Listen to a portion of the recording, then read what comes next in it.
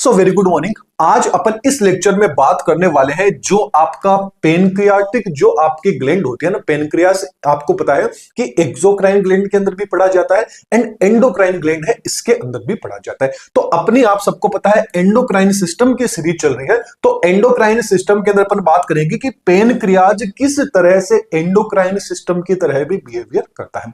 यह क्वेश्चन यदि एग्जाम में आ जाता है तो जिस तरीके से मैं बताता हूं वैसे आप करके आते हैं तो पूरे एंड अच्छे नंबर मिलने के आपको चांसेस रहेंगे। इसके अलावा आप सबको पता है अपनी बीएससी सेमेस्टर के अंदर अपनी एंडोक्राइन सिस्टम की सीरीज चल रही है। फिर चाहे ये वाली जो बुक है, ये वाली यूनिट है, ये आपके किसी भी सेमेस्टर में हो या फिर आप किसी भी यूनिवर्सिटी के स्टूडेंट है, तो ये पूरी की पूरी जो अपनी सीरीज चलने वाली है, ये सीरीज आपके लिए क्या रहने वाली है, काफी ज्यादा बेनिफिशियल, काफी ज्यादा इंपॉर्टेंट रहने वाली है। तो चलिए आज अपन डिस्कस कर लेते हैं जो आपकी अगली ग्लैंड है, पेनक्रियाटिक जो ग्लैंड है या पेनक्रियास जो ग्लैंड है, ये क्या होती है, ये क्वेश्चन एग्जाम में आ जाए तो कैसे करना है। तो चलिए, जैसा कि आप सबको पता है कि जो अपन एंडोक्राइन सिस्टम में एंडोक्राइन जो ग्लैंड्स है, इन ग्लैंड्स की बात कर रहे हैं, तो अपन ने पिट्यूटरी को देख लिया है, थायराइड को देख लिया है, पैराथायराइड, थाइमस, पीनियल एंड जो आपकी एड्रिनल ग्लैंड है, इन सबको क्या है अभी तक अपन पढ़ चुके हैं। आज अपना जो मेन फोकस रहेगा वो किस पे रहेगा, जो आपकी पेनक्रियाटिक ग्लैंड है, ये आखिरकार क्या होती है, इसके ऊपर आज अपन डिस्कस करने वाले हैं। तो चलिए इसके ऊपर अपन डिस्कस करते हैं। तो चलिए सबसे पहले बात करते हैं पेनक्रियाटिक ग्लैंड के बारे में। जिस तरीके से मैं आज आपको बताता हूं वैसे एग्जाम में करके आना, आपको अच्छे नंबर मिल जाएंगे। चलिए, तो जो आपकी पेनक्रियास ग्लैंड होती है इसको मिक्स्ड ग्लैंड या हेटेरोक्राइन ग्लैंड के नाम से भी जाना जाता है। अब सबसे बड़ा सवाल आ जाता है कि भाई इसको मिश्रित ग्रंथि के नाम से आखिरकार क्यों जाना जाता है, क्या रीजन है। तो इसका रीजन क्या है, इसका सीधा सा रीजन है कि जो आपका पेनक्रियास होता है, आपके पेनक्रियास का क्या होते हैं, दो पार्ट्स होते हैं आपके पेनक्रियास में।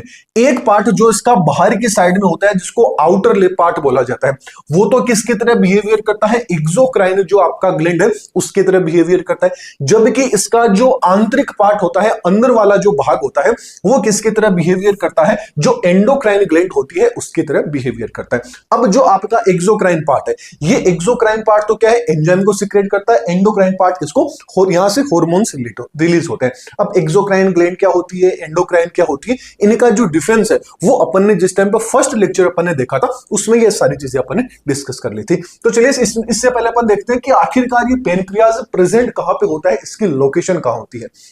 लोकेशन की बात करें तो जो आपकी एब्डोमेन कैविटी होती है, एब्डोमेन कैविटी कौन सी होगी, आपका जो पेट है ये आपका क्या हो जाता है, एब्डोमेन कैविटी हो जाता है। जो एब्डोमेन कैविटी होता है उसमें जो आपका स्टमक रहता है, यानी जो आपका अमाशय रहता है उसके जस्ट पीछे की साइड में, एंड जो आपकी ड्यूडेनम होती है, ड्यूडेनम किसका होता है, जो आपकी स्मॉल इंटेस्टाइन का पहला पार्ट होता है ड्यूडेनम, वो कौन सा हो जाता है, आपका ड्यूडेनम वाला पार्ट हो जाता है। इसके पास में क्या होता है, आपका पेनक्रियास प्रेजेंट रहता है, जैसा कि आप डायग्राम के अंदर भी देख पा रहे होंगे। ये आपका क्या होता है, स्टमक होता है। अब इस स्टमक के क्या होता है, जस्ट पीछे की साइड में क्या होता है, आपका पेनक्रियास प्रेजेंट होता है, और ये क्या हो जाता है, आपके स्मॉल इंटेस्टाइन का डुडेनम वाला पार्ट हो जाता है, जिसके पास से क्या हो जाता है, आपका पेनक्रियास स्टार्ट हो जाता है। ये क्या है, आपका पेनक्रियास हो जाता है। अब पूछ लिया कि पेनक्रियास की शेप कैसी होती है, इसका आकार कैसा होता है। तो याद रखना पेनक्रियास कैसा है, डायग्राम में भी आप देख रहे हैं एकदम लंबा होता है। कैसा होता है, लॉन्ग होता है, लंबा होता है, एंड कैसा होता है, फ्लेटेड होता है। बोले तो कैसा होता है, आपका चपटा क्या है, आपको ये देखने में मिल जाएगा। जबकि इसके वेट की बात करें, इसका वजन कितना होता है, तो इसका वजन ऑलमोस्ट कितना होता है, 70 से 100 ग्राम तक क्या होता है, आपका जो पेनक्रियास होता है इसका क्या रहता है, वेट आपका रहने वाला है। अब चलिए इसके थोड़ी सी स्ट्रक्चर देख रहे हैं ताकि आपको और अच्छे से समझ में आ जाए कि एंडोक्राइन वाला पार्ट कौन सा होता है, एक्सोक्राइन वाला पार्ट कौन सा होता है। तो पेनक्रियास में स्ट्रक्चर की अपन बात करें तो जो पेनक्रियास की स्ट्रक्चर है उसके कितने पार्ट्स होते हैं, दो पार्ट्स होते हैं। तो गौर से देखिए, ये आपके सामने क्या है, पेनक्रियास का डायग्राम है। अब पेनक्रियास का आप डायग्राम देखोगे तो इस पेनक्रियास में अपन इस हिस्से को थोड़ा सा क्या कर लेते हैं, एक बार जूम कर लेते हैं।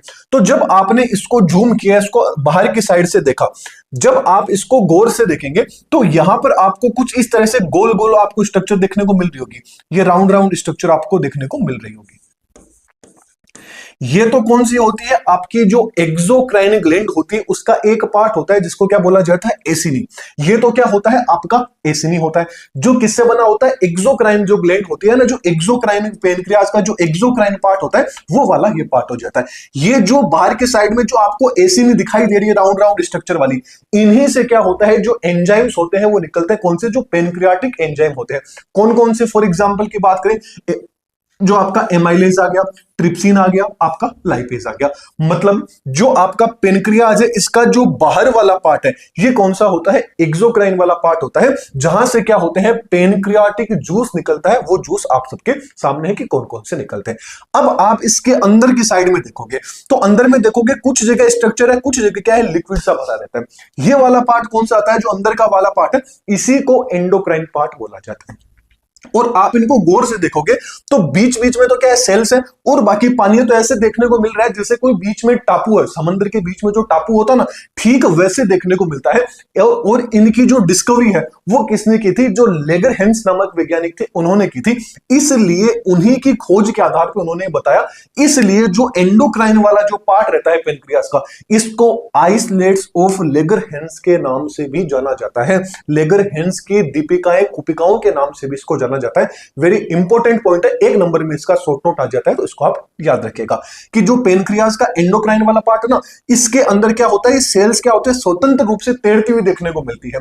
ये ऐसे देखने को मिलता है कि जैसे कोई समंदर के बीच में कोई टापू है, इसलिए इसको आइसलेट्स ऑफ लेगरहैंस के नाम से भी जाना जाता है। यहां पे क्या होती है, छोटी छोटी क्या होती है, कोशिकाओं का समूह होता है, जहां से क्या होता है, हॉर्मोन्स होते हैं, वो हॉर्मोन्स यहां से निकलते हैं। मतलब यहां से क्या होंगे, जो आपके हॉर्मोन्स रहेंगे वो क्या होते हैं, यहां से रिलीज होते हैं, जो डायरेक्ट कहां चले जाते हैं, ब्लड के अंदर चले जाते हैं। जबकि जो आपके एंजाइम्स रहेंगे, ये एंजाइम्स बाय डक्ट, एक डक्ट के द्वारा जाएंगे। यही क्या होता है, एंडोक्राइन एंड जो एक्सोक्राइन ग्लैंड होती है, उन दोनों में डिफरेंस होता है। वो जो फर्स्ट नंबर का लेक्चर था उसको आप अच्छे से देखेंगे तो आपको और अच्छे से चीजें समझ में आ जाएगी। चलिए, आई थिंक यहां तक की चीजें आपको समझ में आ गई होगी। ये आप इसकी स्ट्रक्चर भी देख सकते हैं, जो पेनक्रियाज में, इसके अंदर आपको बीटा सेल भी देखने को मिल जाएगी, कुछ अल्फा सेल्स रहती है, डेल्टा सेल्स रहती है, एफ सेल्स रहती है। इनका क्या फंक्शन रहता है, थोड़ी देर के अंदर आपको वो भी चीजें समझ में आ जाएगी। चलिए, तो सबसे पहले अब अपन बात कर लेते हैं जो आपका पेनक्रियास है। इस पेनक्रियास का जो एंडोक्राइन वाला पार्ट है उसको अपन फोकस करते हैं, क्योंकि एक्सोक्राइन हम वो डाइजेस्टिव सिस्टम में अपन ऑलरेडी पढ़ चुके हैं। तो एंडोक्राइन वाले पार्ट की बात करें तो जो एंडोक्राइन वाला पार्ट है, इसको अभी अपन ने बात किया था, लेगरहैंस की दीपिका या आइसलेट्स ऑफ लेगरहैंस के नाम से भी जाना जाता है। इसके अंदर मेनली आपको है 3 सेल्स देखने को मिलेगी। वैसे 4 सेल होती है, एक एफ सेल भी बोलते हैं, लेकिन उसके बारे में इतना नहीं दिया जाता, उसको अपन थोड़ा सा एक्स्ट्रा बाद में पढ़ लेंगे। पहले इन मेन 3 सेल्स को अपन पढ़ने की कोशिश करते हैं। तो यहां से 3 सेल निकलती है, 3 सेल प्रेजेंट होती है जो आइसलेट्स ऑफ लेगरहैंस होते हैं इसके अंदर। एक तो होती है आपकी अल्फा सेल, एक होती है आपकी बीटा सेल, एक आ जाती है आपकी गामा, या इसी को क्या बोल देते हैं, डेल्टा सेल अपन बोल देते हैं। इनका काम क्या रहता है, तो याद रखना, जो अल्फा सेल होती है इसके द्वारा जो हार्मोन निकलता है वो कौन सा होता है, ग्लूकागोन, जो आपका हार्मोन है वो इसके द्वारा सिक्रेट किया जाता है। जबकि जो बीटा सेल होती है, बीटा सेल के द्वारा जो आपका इंसुलिन हार्मोन है इसका क्या किया जाता है, सिक्रेशन किया जाता है। जबकि जो गामा सेल होती है या जो डेल्टा सेल होती है, इनके द्वारा सोमेटोस्टेनिन जो आपका हार्मोन होता है, ये क्या किया जाता है, सिक्रेट किया जाता है। इनका फंक्शन क्या रहता है, फंक्शन की बात करें तो जो आपकी अल्फा सेल रहेगी, अल्फा सेल के द्वारा जो ग्लूकागोन हार्मोन निकल रहा है, ये क्या करेगा, ब्लड के अंदर क्या है, जो ग्लूकोज की मात्रा होती है इसको क्या है, बढ़ाने का काम करती है, जो आपकी अल्फा सेल होती है। जबकि जो बीटा सेल के द्वारा जो इंसुलिन हार्मोन निकल रहा है, ये इंसुलिन हार्मोन है, ये क्या करता है, ब्लड के अंदर जो ग्लूकोज है उसका जो बैलेंस है उसको रेगुलेट करने का काम करता है, कि ब्लड के अंदर कितना आपका जो ग्लूकोज है उसकी मात्रा कहीं ज्यादा तो नहीं है, उसकी मात्रा कम तो नहीं है, इसको रेगुलेट करने का काम करता है। जबकि जो आपकी गामा या जो डेल्टा सेल होती है, ये भोजन का जो असिमुलेशन होता है ना, स्वांगीकरण होता है, उसको करवाने के अंदर क्या होता है आपका, ये वाली जो सेल्स रहती है, एंड जो आपका सोमेटोस्टेनिन, इससे जो हार्मोन निकलता है, इसका ये क्या रहता है, फंक्शन रहता है। तो चलिए इसको अपन थोड़ा सा अच्छे से एक चार्ट के रूप में समझने की कोशिश करते हैं। चलिए चार्ट के रूप में देखते हैं कि जो आपके लेगरहैंस की आइसलेट्स है, इनके अंदर कितनी होती है, आपकी 4 सेल्स आपको देखने को मिलती है। पहली सेल, दूसरी, तीसरी एंड आपकी कौन सी आ जाती है, ये चौथी सेल आ जाती है। जो पहली आती है आपकी अल्फा सेल होती है, फिर बीटा सेल, फिर डेल्टा सेल या जिसको गामा भी बोल देते हैं, एंड आपकी पीपी सेल होती है, पेनक्रियाटिक पॉलीपेप्टाइड सेल अपन इसको बोल देते हैं। अब जो आपकी अल्फा सेल होती है, ये चार्ट के रूप में के आपके सामने इसलिए रखा है कि आप इजीली ये चार्ट भी यदि एग्जाम में बना के आ जाते हैं तो आपको थ्योरी ऑटोमेटिक समझ में आ जाएगी। तो देखिए जो अल्फा सेल होती है इसके द्वारा जो हार्मोन निकलता है, तो याद रखना वो कौन सा होता है, ग्लूकागोन हार्मोन होता है। ये ग्लूकागोन हार्मोन क्या करता है, जो ब्लड के अंदर ग्लूकोज का लेवल है उसको इंक्रीज कराने के अंदर काम करता है। जबकि जो बीटा सेल होती है, बीटा सेल के द्वारा इंसुलिन हार्मोन का क्या किया जाता है, सिक्रेशन किया जाता है। ये क्या करता है, ब्लड के अंदर ग्लूकोज के लेवल को डिक्रीज करने का काम करता है, बोले तो नियमन, मतलब नियमन का काम करता है, रेगुलेशन का काम करता है। जबकि जो डेल्टा सेल होती है इसके द्वारा सोमेटोस्टेनिन जो आपका हार्मोन है ये सिक्रेट किया जाता है।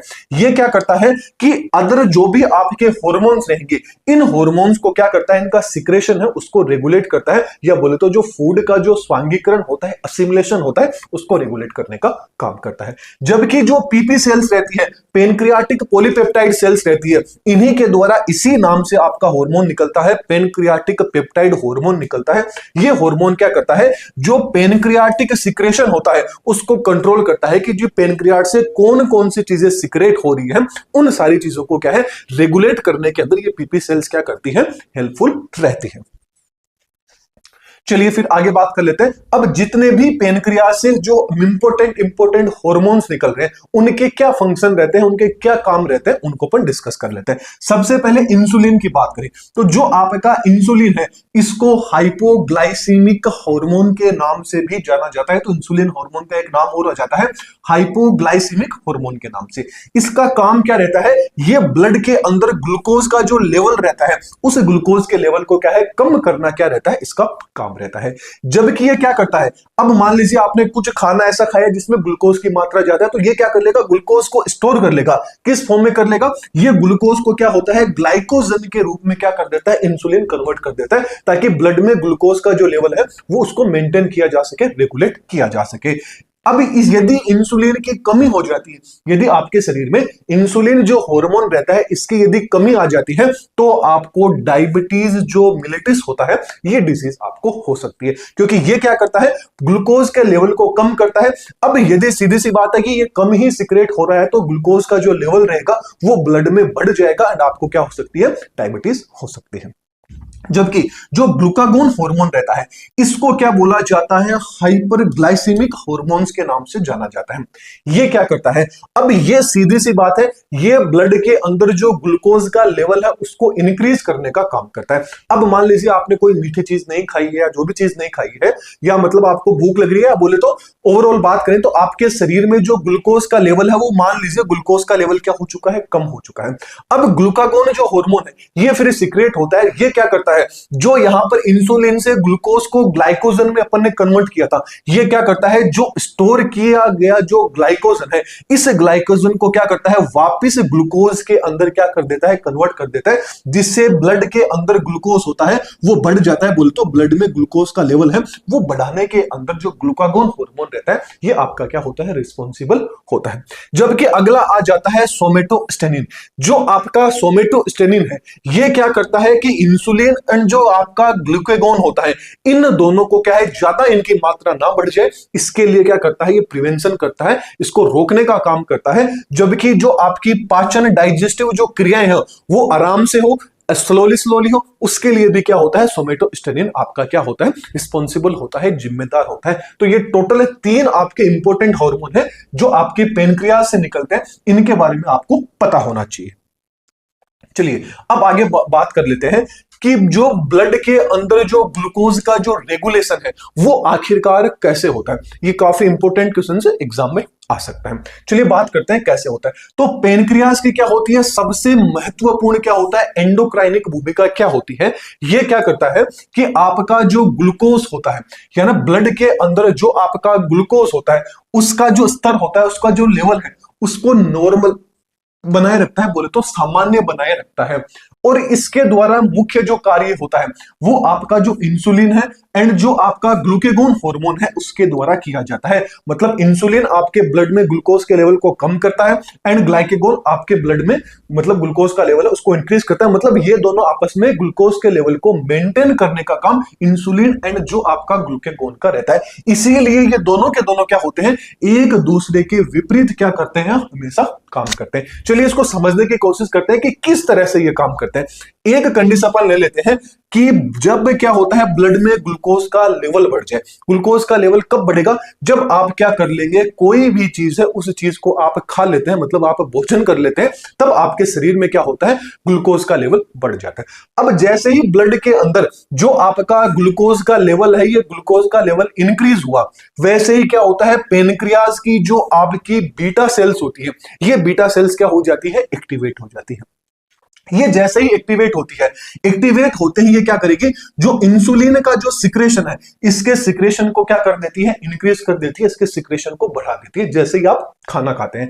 अब इंसुलिन का सिक्रेशन बढ़ा तो इंसुलिन क्या काम करेगा, इंसुलिन क्या करेगा, सबसे पहले तो जो ग्लूकोज की जो कोशिकाएं होती है उनके अंदर क्या कर जाएगा, डायरेक्ट प्रवेश कर जाता है, क्योंकि डायरेक्ट ब्लड के अंदर छोड़ देंगे। ब्लड आपको पता है हर एक सेल से होता हुआ घूमता है, तो ये ब्लड के थ्रू क्या हो जाएगा, ये जो आपका इंसुलिन है आपके ग्लूकोज जहां जहां ग्लूकोज गए उन सेल्स के अंदर ये पहुंच जाता है, वहां पर जाएगा। मेनली बात करें तो जो आपका लीवर हो गया एंड आपकी जो मसल्स होगी वहां पर पहुंचेगा। वहां पर पहुंच के जो आपने ग्लूकोज लिया था आपके ब्लड के अंदर, आपके शरीर के अंदर, आपकी कोशिकाओं में जो ग्लूकोज की मात्रा बढ़ी थी, उस ग्लूकोज को क्या कर देता है, ग्लाइकोजन के अंदर कन्वर्ट कर देता है। अब ग्लाइकोजन में कन्वर्ट कर दिया है, एक तरह से अपन बोल सकते हैं कि आप में जो फेट होती है उस फेट के फॉर्मेशन को क्या है, ये बढ़ाने के अंदर रिस्पॉन्सिबल होता है कौन, आपका जो इंसुलिन रहता है। ये क्या करता है, जैसे ही ब्लड में जाएगा तो वहां पर जो भी ग्लूकोज था उस ग्लूकोज को किसमें कन्वर्ट कर देगा, आपका जो ग्लाइकोजन रहेगा इस ग्लाइकोजन के अंदर वो उसको कन्वर्ट कर देता है। अब होगा क्या, अब सीधी सी बात है कि जैसे ही ग्लाइकोजन में कन्वर्ट हो गया तो मतलब जो आपका ग्लूकोज किसमें हो गया, ग्लाइकोजन में कन्वर्ट हो गया। मतलब आपका जो ब्लड था इसमें ग्लूकोज का लेवल क्या कर देता है, ये आपका कम कर देता है। इससे क्या रहता है, ब्लड के अंदर ग्लूकोज का लेवल क्या रहता है, नॉर्मल रहता है, बोले तो सामान्य रहता है। ये कंडीशन कब थी, जब आपने भोजन खाया। अब दूसरी कंडीशन ले लेते हैं कि मान लीजिए आपके ब्लड में अब क्या हो चुकी है, ग्लूकोज की कमी हो चुकी है। ग्लूकोज की कमी कब होगी, जब आप क्या है, फास्टिंग में है, उपवास में है, या आपने अभी तक कुछ भी नहीं खाया है, कोई भी मील आपने नहीं किया है। अब मान लीजिए कंडीशन क्या थी कि ब्लड के अंदर ग्लूकोज का लेवल क्या हो चुका है, कम हो चुका है। जैसे ही ब्लड में ग्लूकोज का लेवल कम होता है तो आपकी जो अल्फा सेल्स होती है, ये अल्फा सेल्स क्या होती है, पेनक्रियाज की, एक्टिवेट हो जाती है। ये एक्टिव होके किसका होता है, ग्लूकागॉन हार्मोन रहता है। इस ग्लूकागॉन हार्मोन का जो सिक्रेशन रहता है, इस सिक्रेशन को इंक्रीज कर देगा। अब वहां पे क्या हो रहा था, जो लीवर एंड जो आपकी मसल्स थी उनमें जो आपका ग्लूकागॉन था, ये ग्लूकागॉन क्या हो रहा, मतलब जो आपका ग्लूकोज था ये किसमें कन्वर्ट हो रहा था, ग्लाइकोजन में कन्वर्ट हो रहा था। यहां पे अब ये क्या करेगा, जो ग्लाइकोजन में कन्वर्ट हुआ था ग्लूकोज, इसको वापस क्या कर देगा, ये ग्लाइकोजन वापस ग्लूकोज के अंदर कन्वर्ट कर देगा। इस प्रोसेस को क्या बोला जाता है, ग्लूकोजेनेसिस लाइसिस बोला जाता है।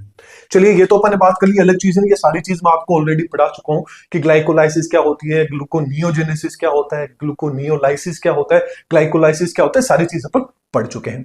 अब अपन बात करते हैं कि भाई जो आपका ग्लाइकोजन था, ग्लाइकोजन किस में कन्वर्ट हो गया, ग्लूकोज में कन्वर्ट हो गया। मतलब आपके शरीर में वापस से ग्लूकोज का लेवल है वो वापस से क्या हो गया, इंक्रीज हो गया। तो रिजल्ट क्या रहेगा, जैसे ही अल्फा सेल्स होगी ग्लूकागॉन हार्मोन का सिक्रेशन बढ़ा देती है तो आपके ब्लड में ग्लूकोज का लेवल क्या हो जाएगा, इंक्रीज हो जाएगा। मतलब यहां पे क्या थी, ग्लूकोज की कमी हो गई थी, इस कमी को क्या कर दिया, ग्लूकागॉन हार्मोन है इसने इस कमी को पूरा कर दिया। मतलब आपके ब्लड के अंदर क्या हो जाएगा, ग्लूकोज का लेवल क्या हो जाएगा, फिर से सामान्य हो जाएगा। दोनों कंडीशन में बात कर ली। यदि ग्लूकोज ज्यादा हो जाता है आपके शरीर में, वो ज्यादा कब होता है, जब आप कोई भी चीज खाते हैं तो क्या करता है, जो आपका इंसुलिन रहता है यानी जो आपकी बीटा सेल रहती है वो डायरेक्ट क्या करेगी, उस ग्लूकोज को ग्लाइकोजन में कन्वर्ट कर देती है। अब आपने कुछ भी नहीं खाया, उपवास आपने कर रखा है, तब भी आपके शरीर में ग्लूकोज का लेवल मेंटेन रखना होता है। तो मेंटेन रखने के लिए अब क्या होगा, जो आपकी अल्फा सेल्स रहेगी ये एक्टिव होकर किसको में कन्वर्ट हो, किसको करेगी, एक्टिव होकर खुद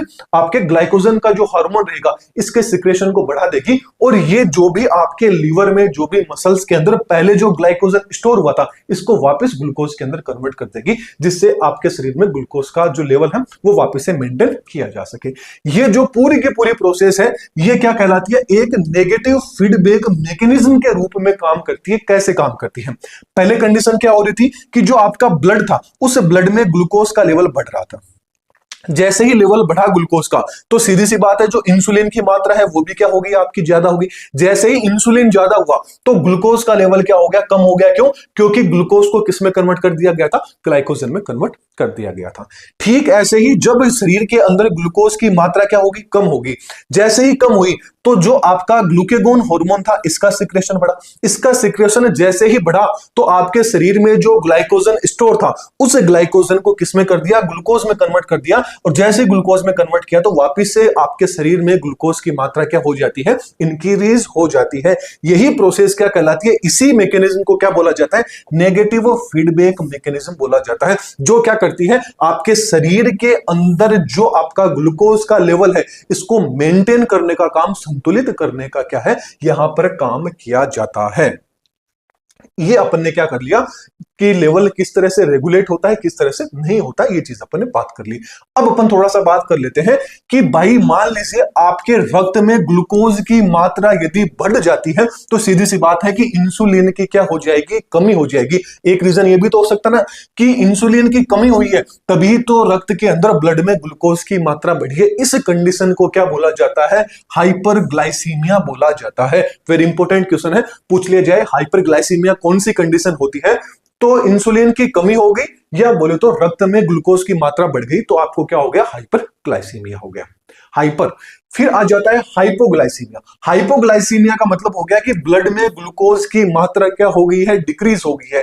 ग्लूकोज की मात्रा घटी है, इसका मतलब क्या हुआ है, शरीर में इंसुलिन की क्या हुई है, मात्रा बढ़ी है। इसको क्या बोला जाता है, हाइपोग्लाइसीमिया बोला जाता है। इन दोनों में डिफरेंस आपको पता होना चाहिए। जबकि एक बात कर लेते हैं कि जो आपने मधुमेह होती है या बोले तो डायबिटीज जो आपको मेलिटस होती है, ये कब होती है, ये किस कंडीशन में होती है, जब आपके शरीर में क्या होता है, इंसुलिन हार्मोन रहता है, इसकी तो क्या हो जाए, कमी हो जाए एंड ग्लूकोज की मात्रा क्या हो जाए, इंक्रीज हो जाए। मतलब कौन सी कंडीशन को, जो आपकी हाइपरग्लाइसीमिया वाली कंडीशन यदि आप में हो गई है तो आपको क्या हो सकता है, मधुमेह या जो डायबिटीज मेलिटस नामक डिजीज है ये डिजीज आपको हो सकती है। ये अपन ने बात कर ली इसके बारे में। अब थोड़े से दो पॉइंट है, बस इन पॉइंट को याद रखना। एक नंबर में कई बार पूछ लिया जाता है कि जो इंसुलिन अपन पढ़ रहे हैं कब से, इस इंसुलिन हार्मोन की या इंसुलिन की सबसे पहले खोज किसने की थी, तो याद रखना जो बेटिंग एंड जो आपके बेस्ट नामक वैज्ञानिक थे इन्होंने इसको डिस्कवर किया था।